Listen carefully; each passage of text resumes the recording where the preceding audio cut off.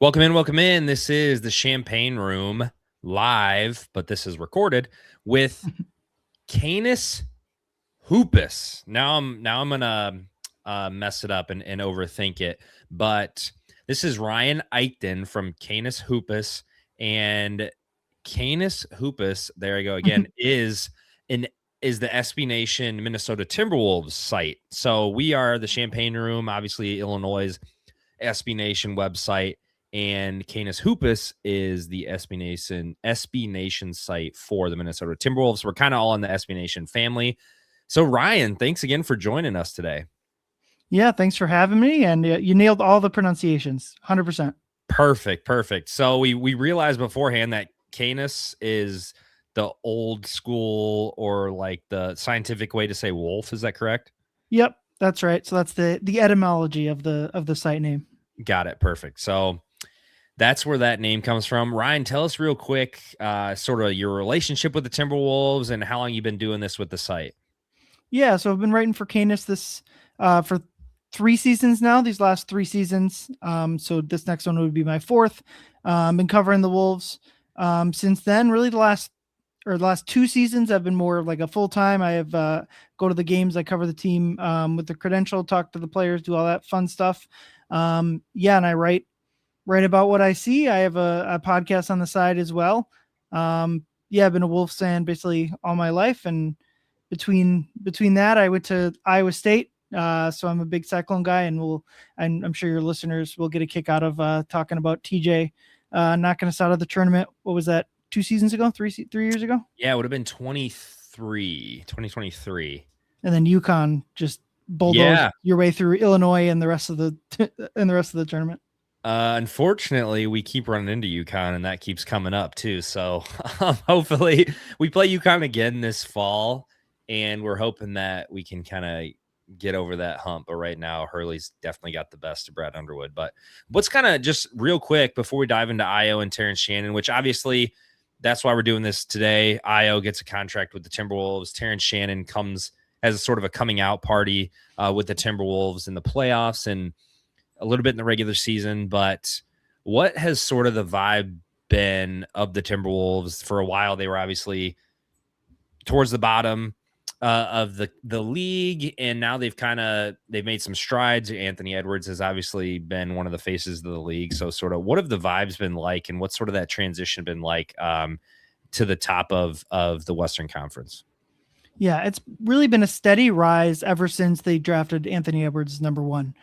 Before that, obviously they had their dalliance with Jimmy Butler, but they've been, especially like when I was young and in a kid through like high school years, they were pretty terrible, as bad as a franchise has been in maybe all of like men's professional sports.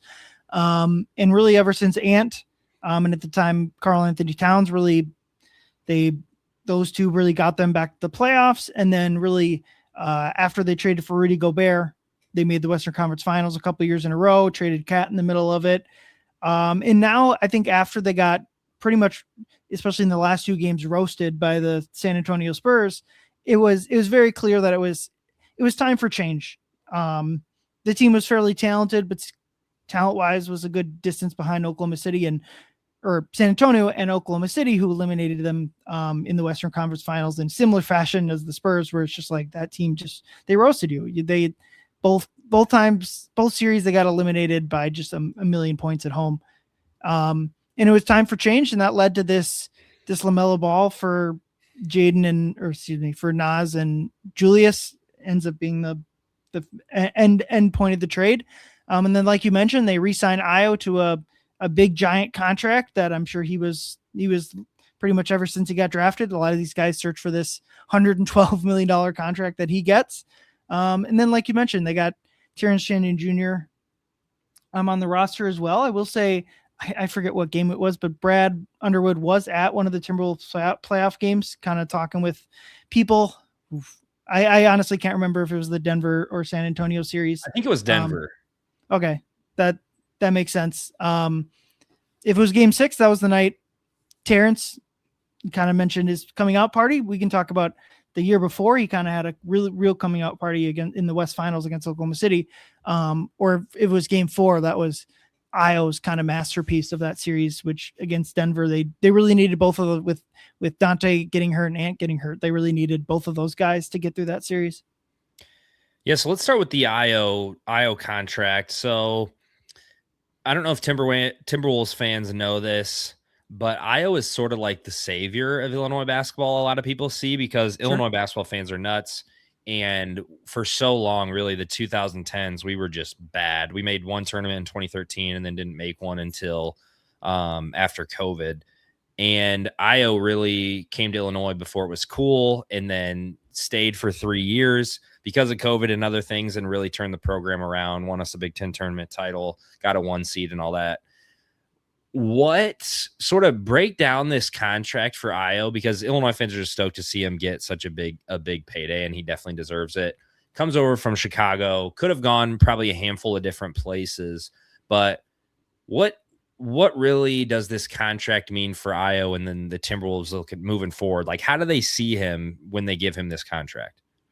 I think they see him really in this core of, well, before the LaMelo trade, it was this core of Anthony Edwards, Jaden McDaniels, and Naz Reid. And now with Naz getting swapped out with LaMelo, it's that core three of players along with Io and with Johan Berenger, who was their first round pick last year. They every time they get asked about this Berenger guy, they are just over the moon. So it seems weird to like pick out a 20-year-old French kid that like I'm talking about as their core, but like that they love this Berenger kid. So I was right in the middle of that as it stands right this second. If they aren't able to add a power forward, I think all of Minnesota's hoping LeBron James is that answer, which is somehow not like a pie in the sky. I mean, it's unlikely, but like is not like in, I don't know, like 5% maybe or something. If they don't add LeBron, they don't really have a lot of salary cap depth to add like a starting caliber player. So it looks like Dosunmu is going to be in the starting lineup, which we saw that during the playoffs after Dante got hurt and Io stepped right into that role. So he's really in their core as much as anyone. He's in their core group of players that obviously no one's like quote unquote untradeable, but like they're not, there's especially before this offseason, there was guys they were ready. I mean, they just salary dumped Julius Randle.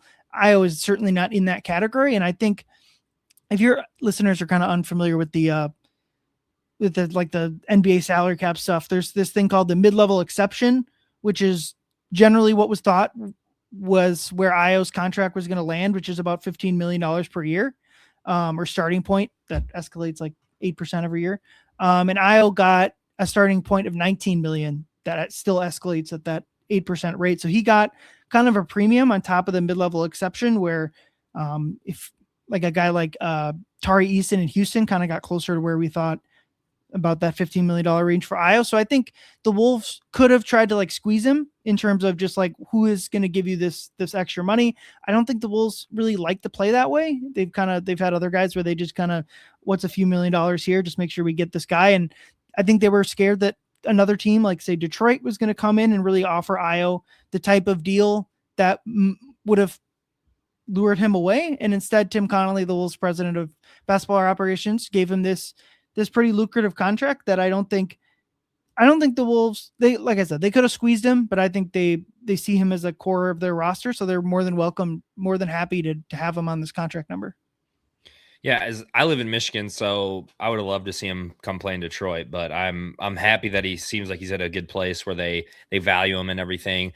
What is the relationship with, I mean, I obviously would assume that fans don't dislike Io. Like he's such a likable guy, but then obviously fans have fan favorites. Like I know Naz Reid was like a meme type thing for a while. Fans seem to be obsessed with. What's sort of the fan relationship with Io? I know he hasn't been there a super long time, but obviously they're giving him a lot of money. They want to keep him. So how do fans sort of view Io on the team and his minutes and things like that on the Timberwolves? I think within the fan base, Io is pretty well liked, and that was probably before the playoffs. And then he has this just ultimate game 4, which is probably, I mean, look, they made the Western Conference Finals a couple times, so I'm not going to sit here and say that a game 4 in the first round was like a big deal, but like that night, game 4, so they're up 2-1 on Denver. They had won the last 2 games, and I think in the early in the first quarter, Dante DiVincenzo gets hurt, and we don't get confirmation until later, but it was pretty obviously immediately an Achilles injury, and that borne out. And then in I believe the second quarter, Anthony Edwards hyperextends his knee. And look, I certainly that game, no one expected the Wolves to win that at that moment without Ant and Dante. And they win that game because Dosunmu goes crazy. He scores 43 points. He's hitting pull-up threes. He's getting to the rim. He's hitting floaters over Nikola Jokic. And I think that was like, I don't know how much money he earned that night, but it was a lot. I think if he doesn't have that night, he just slides right into that mid-level exception that the Wolves have. The Wolves either are a little bit more willing to like go, who is going to give you this money? Or they're just like, if we end up losing him, that's just the cost of doing business or whatever. And that was like, okay, this guy can be a real piece, either a starting caliber player on like a deep playoff run team, or it's certainly like the sixth man, which if they were to add LeBron James, Iowa would slide to the sixth man, which has been a profitable role in Minnesota. You mentioned Naz Reid, who had won sixth man of the year and been on the ballot a couple more times after that. So I think that game 4, like it wasn't just that he scored 43 points and they win that game and they go up 3-1 and they win the series 2 games later in game 6. But it was an emotional night just watching Dante DiVincenzo, who was also very well liked in Minnesota. And then of course Ant, which luckily that Ant didn't have major knee damage, but certainly if his season was over that night, or even you worry that there's worry that Ant had done worse to his knee as well. And so for them to, it was almost like, I remember thinking about that game. I was like, that's a special night. And I was the biggest part of it. And even if they don't win this series, like that was a cool night that this team was able to rally around 2 injuries and win that game. And obviously they do end up win the series, which kind of adds a whole new level to it. And we can talk about game 6, which was Shannon's role in that series. But yeah, to your question, I think I was very well liked. And now that he's under this contract, I think people are excited to see him be in Minnesota long-term. Yeah, I'm obsessed with Mike Breen and all his historic calls. So that matching up with the IO 43-point game, especially that 3 that was like late shot clock from like 5-6 feet beyond the 3-point line, like that will just be ingrained in my head. And I specifically remember thinking, oh my gosh, that sucks. Anthony Edwards is definitely going to be out a long time. So I love watching Ant play, and I'm happy for Minnesota fans too that he's not like going to miss part of next season or something like that. The fact that Ant came back in game 1 of that San Antonio series is just insane. Like truly, utterly insane. Yeah, you got to be some type of athlete to be able to embrace something like that and come back, and probably a good training staff too. But so again, I was my favorite Illinois player of all time, so that's awesome to hear, and I'm hoping that I can see one of his games coming up. Moving on to Terrence. So Terrence has obviously had a smaller role with the Timberwolves, but still been a good bench guy, good guy to have on your team. I think a lot of NBA teams would love to have a guy like that can come in and take over a playoff game just off the bench. Like a lot of teams don't have a guy like that they can count on, that doesn't normally get minutes, but can come into a playoff game and take over. So what has Terrence Shannon sort of meant to the Timberwolves, and what's been his role, and what's his role moving forward?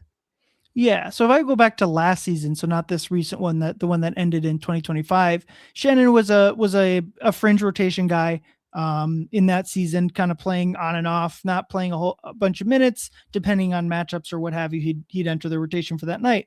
And they get to the Western Conference Finals, and he is just sensational against Oklahoma City. They had very few players that had any sort of success against the eventual champion Thunder, and he was one of them. And so that next summer league, they go into summer league with him on the roster, and clearly like they're like, you're going to be in the rotation. Let's see what you got in summer league. And I think the best sign for Shannon in that summer league was like, he played 2 or 3 games. Then they just shut him down because he was like, you're way too good for summer league. Good work. We'll see you back. And I think he scored a bunch of points one game, and then he had a bunch of assists the next game. So it was like very clearly like, okay, you can score. Good work. Let's see what else you can do. Okay, you can, against this lesser level of competition, you can assist as well. And I remember I was out in summer league last year, and I talked to him after the game, and it was like, how have you felt going from the last competitive basketball game you played in was the Western Conference Finals, and now you're here playing in summer league? And I didn't say this part, but like against guys that some will be rotation players, this will be the last like NBA moment of their career. And it was like it's a mindset thing for him. I think that's what he said, is like you got to play it the same way, whether it's the West Finals or summer league, playing it the same way. And so we got to this last season, and to be blunt, he was pretty putrid pretty much the entire season. Terrence was. I don't think he was this bad, but like just like the on off numbers and all that, like the advanced analytics, he was like literally the worst player in the league. And a lot of that was injury driven. At least that's I certainly, because he misses months after that, and it was an injury loss season for him until the end of the regular season, where the Wolves are basically locked into their seed, and so they're not playing all their guys, and they're playing their young guys, including Terrence Shannon, who I think started at least, and he had in Orlando, which I think they were literally locked into a seed, so they were not trying. They were trying to win, but like there's a different level of. They're more focused on resting for the playoffs, and Shannon is awesome, and he looks like that guy from the Western Finals. And so, again, they get to this Denver series, and he's on the fringes of the rotation, and similar to Io, where Ant and Dante get hurt, and then Io misses Game 6 with a hamstring injury, which was I think Io comes back Game 2 of the San Antonio series, if I remember correctly. And from what I had kind of gathered, it was a lot of Io saw what happened to Dante, and he was certainly hurt. Like, I'm not saying like but like part of it was just like it spooked him. It had to. It spooked everyone. So like Io didn't play, and I think in the San Antonio series, if there was any poor play from Io in that series, I think I would caution reading too much into that, just because of this hamstring injury that he got in the Denver series. But then Shannon in Game 6, the Wolves clinching game, scores 20 something points and is awesome in that game, and looks like the type of guy that can be for this upcoming season, can be in the rotation. And Finch said something to the effect of like, part of it was my fault for his poor play early in the season. I wasn't giving him the ball. I wasn't doing this. And so I think that's a lesson for them this season. But like, to be a little skeptical of that, I would say, okay, well, we got Ant, we got LaMelo. I know they want Jaden to have the ball. Certainly I was going to have the ball. Like, on a certain level, yes, they need to get Shannon the ball more. But on the flip side, also, like, he needs to find a way to succeed in a role that doesn't have the ball. And he's had on and off success with that. And I'm mostly just hoping a healthy season from the start. What can we see from him? Because like next year he's got this $5 million player option, which in the grand scheme of a salary cap that'll be $175 million at next year is not such a big deal. But it's the first time, like, he's making basically the minimum right now. So like there was no like, yeah, pick up his option. Let's run it back. But like next season, certainly 2 seasons later, where he's a free agent, like that's when decisions start getting made. And I think the best sign was, even when he was struggling last season, the Wolves, anytime he was on the active, healthy roster, they would play him. There was never a time that I can remember, at least pre-injury, that they had a healthy Shannon on the roster and they cut him out of the rotation. The guy they ended up trading Dosunmu for, Rob Dillingham, that was who they end up cutting from the rotation. So I think they do have a lot of faith in Shannon, and they will try to get him the ball more, which will help. But it'll be an important season for him to see if he can stick in the rotation, and along with having the ball more, pushing the pace in transition. On top of that, I think it'll be trying to find like a middle ground between what Finch said, getting him the ball more, and also kind of finding a role for him off the ball. Yeah, it's interesting because I know he obviously had a kind of a bumpy start to his NBA career, and like you said, was kind of inconsistent and hard to play. And that is similar to how he was sort of at Texas Tech and his first season at Illinois. Like, you saw flashes, you saw the athleticism, but injuries at times. And then like the first season at Illinois, it's like there were some games he was timid and he would only score like 6 or 8 points and kind of just be like there. And then there was games where he would just decide to drive to the hoop, kind of like he did in the playoffs. And it's like when he decided to get to the rack, he was going to. But for some reason, his first year at Illinois was kind of like that too. And then his All-American season, when we went to the Elite Eight, it was like especially the second half of the season, he was doing that every single game. Like, he went on one of the craziest, most dominant college basketball stretches I've ever seen from one player for a few weeks. And so it's there, but it's almost like some of that inconsistency has come back to him. Now, granted, these NBA players are much better and way better defenders, but it is cool. Illinois fans are kind of spoiled that they can now just really only keep track of one team and watch two of their all-time greats. And now we've got Keaton Wagler and some other guys, so we're gonna have to keep track of other teams too. But so you went to Iowa State fan. What is your recollection of that Sweet 16 game with Illinois and the Terrence Shannon steal and dunk at the end? Yeah, I'd have to go back and really go back and look at what exactly happened there. It's kind of been Iowa State. This has what's ended up being their kind of ceiling basically since I've been a fan, which is the Fred Hoiberg era is when I really started rooting for them. They haven't been able to break through the ceiling of the Sweet 16. When I was in school, they lost to Virginia, pretty good Virginia squad. They were a 1 seed. And they haven't been able to break through. And a lot of it's been injuries. I think that year they had one of their starting guys was out due to injury. And so they just really didn't have an option for Shannon to guard him. And like you mentioned, he was on this run, which for me it started with the Big Ten tournament, which they were, I don't know, but you would know better. Did they win it? It was in Minnesota, but so that was at Target Center. So it was crazy. We played Ohio State, then Nebraska, then Wisconsin. And all three of those games, we were down like 12 to 15 points and then came back. And a lot of that was Terrence Shannon taking over in second halves of those games.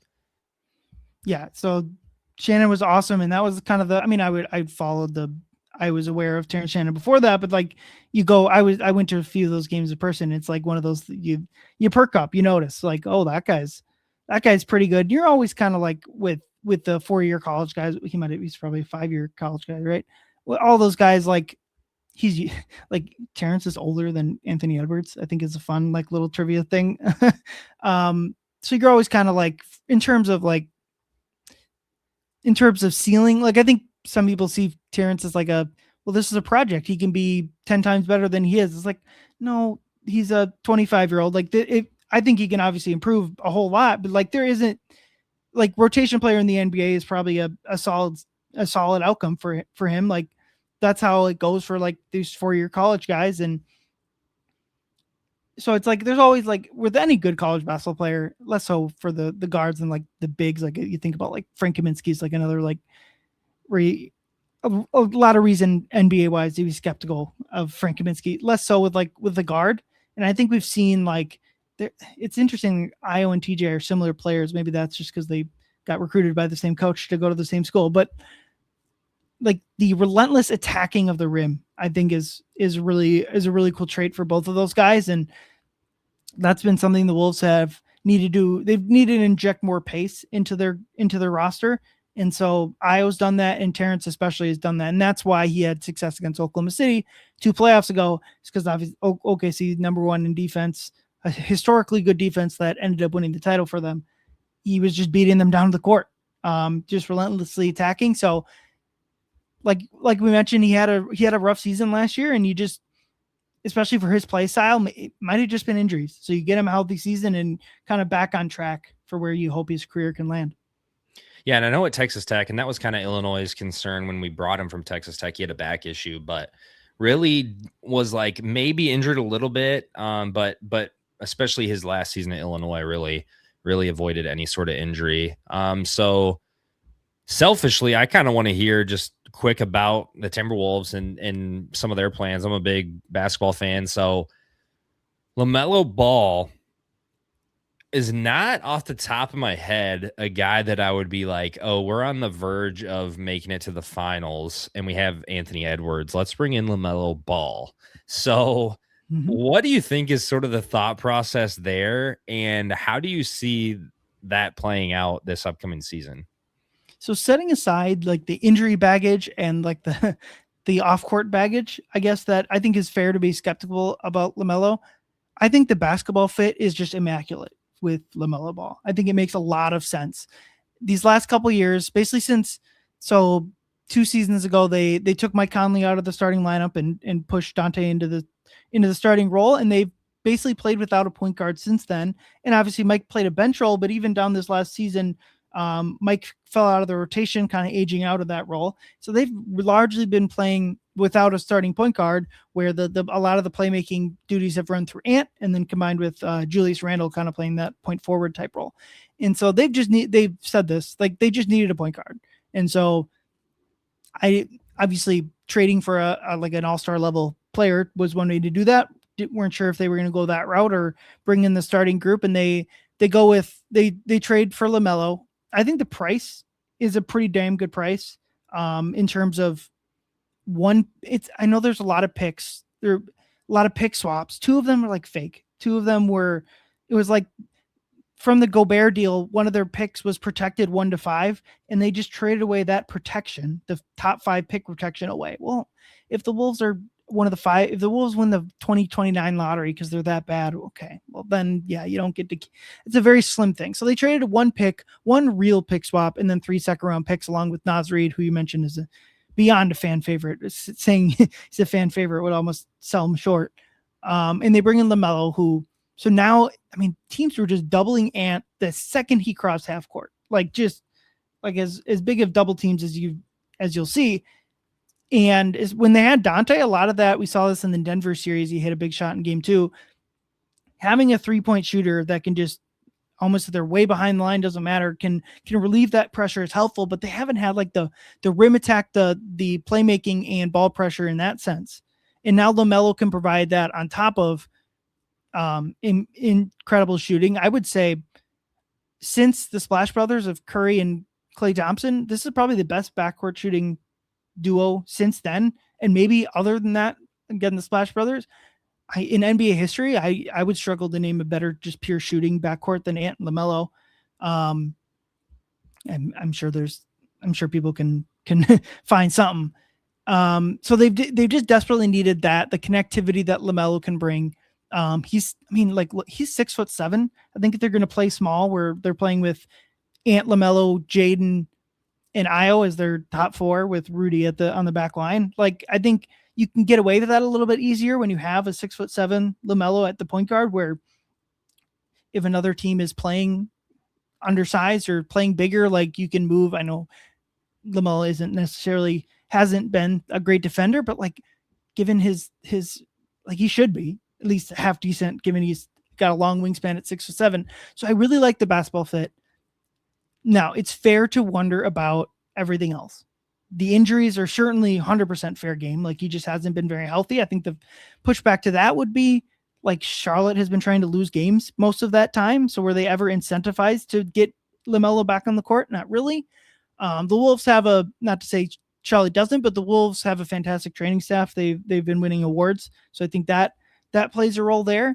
And then I think what you were kind of hinting at here is like kind of the boneheadedness of LaMelo Ball. And I think that's a fair worry. I think that'll be seen on the court, whether he can kind of play this team winning style. What I would, and it was my first thought when the trade happened too. So I'm not like disagreeing with anyone's thought here, but I think people are judging him by like who he was at 16, 17, playing in Lithuania and Australia. And it's just like, I'm 30, but like when you were 25, do you want people to judge you by who you were at 16, 17? I sure as hope people don't judge me on who I was at 16, 17. And so I think he's just a totally different person.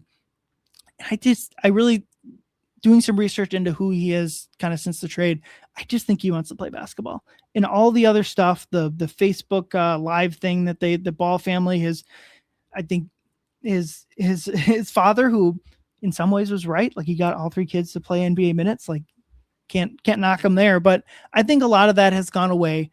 And this will be the first, like, just from the beginning of the season, like, this team is trying to win a playoff series, multiple playoff series, the championship. Let's see what LaMelo looked like in that setting, because down the stretch of the Hornets season last year, they were as good as anyone on both ends of the court, and LaMelo was driving that a huge distance. So I on the court, I love the fit, but I understand the skepticism, certainly, of your second best player is LaMelo Ball. You really think you can go win the title? I get it.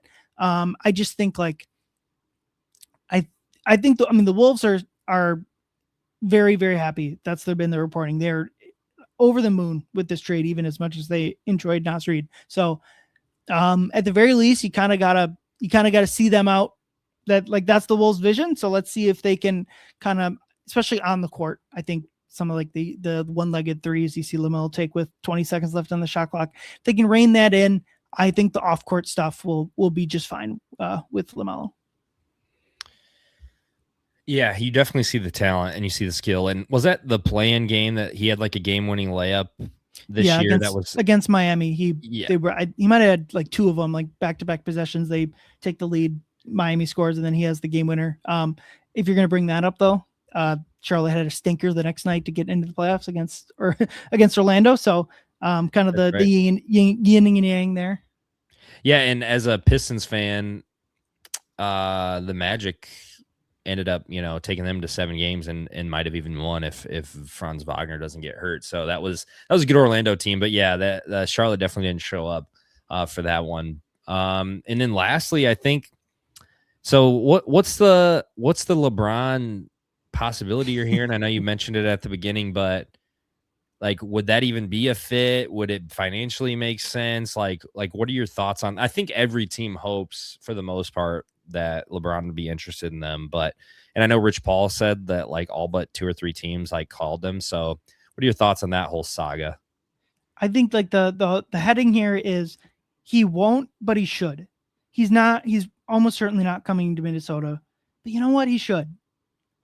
This is the best basketball fit for him. If he's trying to go win a title, if he's trying to win the championship, other than like San Antonio, Oklahoma City, which I think would kind of be viewed more as like a true, like just a true ring chase, where it's like, well, one, if they're considering the Minnesota Timberwolves a ring chase, like, whew, that's a far cry from where the Wolves were even 5 years ago, to the fact that they would be considered that. But like I mentioned, the Wolves just right now have a pretty big hole in power forward, not just in their starting lineup, but like they don't really have anyone behind that. They have Johan Berenger, like I mentioned, but I think he's more of a center. And so the fit would just be absolutely perfect, both in terms of like when they get to the playoffs, like Ant LaMelo, Rudy, Jaden, LeBron with Io as the 6th man, like that's a title team. Like that's a team that can win the title. And given where LeBron's at, it's also a team that if he just came in here, the Wolves could win plenty regular season games, even if he played however many games he wants to play, half the season, 50 games, who knows? Like if they would not, or play the traditional like 65 games, but play like 25 minutes a night or something. They can win plenty of regular season games to get where they need to go. So where if like LeBron went to Miami, like that team is going to be thin. They're going to need LeBron to play. The Warriors, if he's trying to compete for a title, that is not, even if they're flip Jimmy for AD, which doesn't sound like it's happening, that's just not a title contending team. I get the Cleveland angle makes a lot of sense. Good luck winning a title with James Harden. I get the flip side there is that's what people are going to say about LaMelo. Get that. I don't know. Maybe I'm just too low on that, what the Cleveland's got. And maybe if they get LeBron, maybe they would you'd imagine they'd flip one of Mobley or maybe more likely Jared Allen. Philly makes sense, but like that's also one.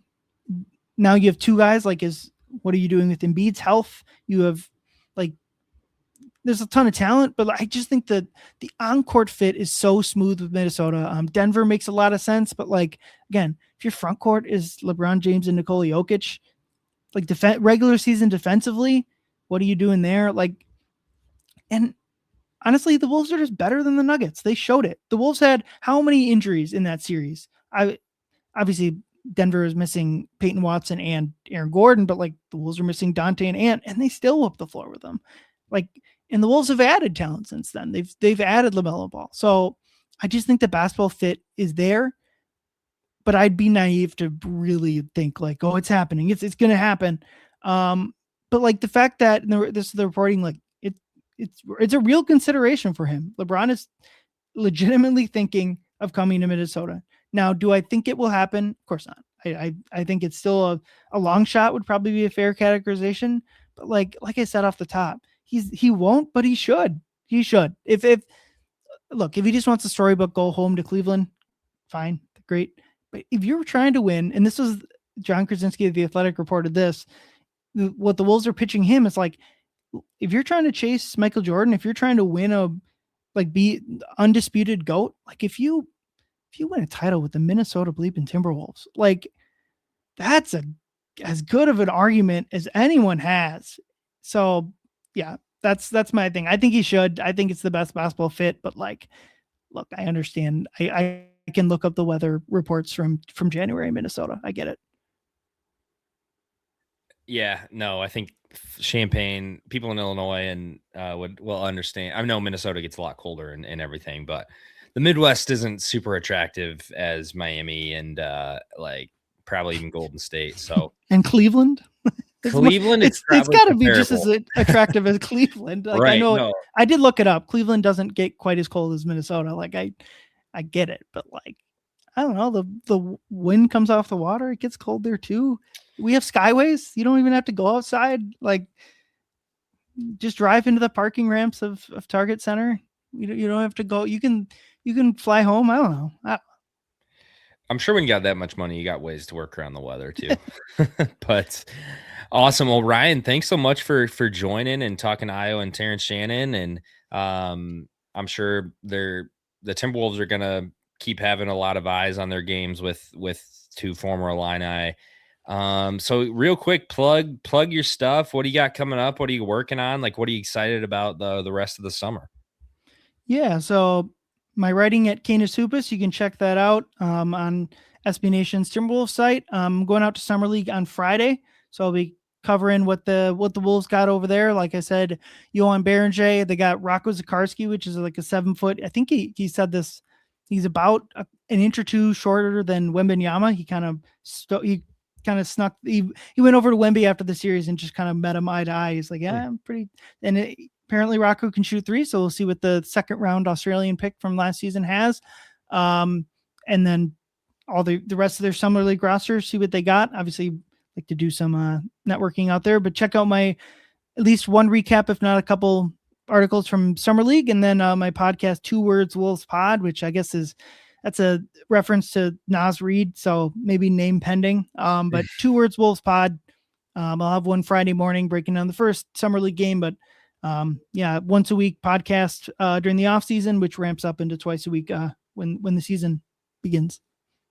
Awesome. Yeah, a lot of stuff, a lot of summer league stuff. And one thing about the NBA with the off season and then the summer league, like right after the finals, there's not much of a gap. And then after summer league, summer league ends and it's just like, okay, from mid-July through probably like September 1st, I guess this LeBron thing might give us a good amount of content through that, which we're thankful for from a content perspective. But yeah, from about mid-July through September 1st is when it really just hits a down point, which is not the worst thing in the world.